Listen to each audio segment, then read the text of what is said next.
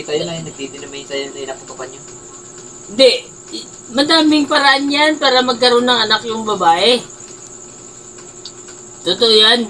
Hilot, pwede hilot. Hindi hilot. Hindi hilot, munggo, langka, tsaka baboy.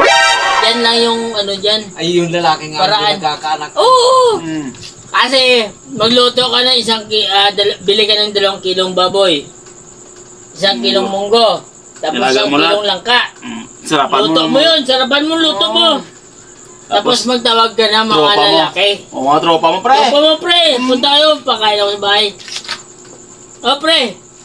Bakit? Oh, sunod-sunod kayo doon. Ano to? Sunod-sunod yan. Para mabuntis yung asawa ko. Ay!